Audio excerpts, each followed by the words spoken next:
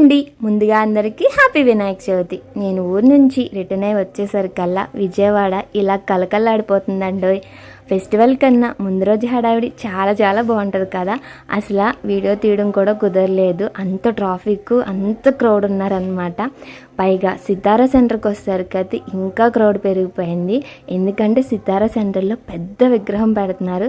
మనం రేపు ఎలా అయినా వెళ్ళి చూడాలి మమ్మీ అని పిల్లలు నేనైతే మైండ్లో ఫిక్స్ అయిపోయాం. కానీ మార్నింగ్ లేచేసరికల్లా ఫుల్గా వర్షం పడింది.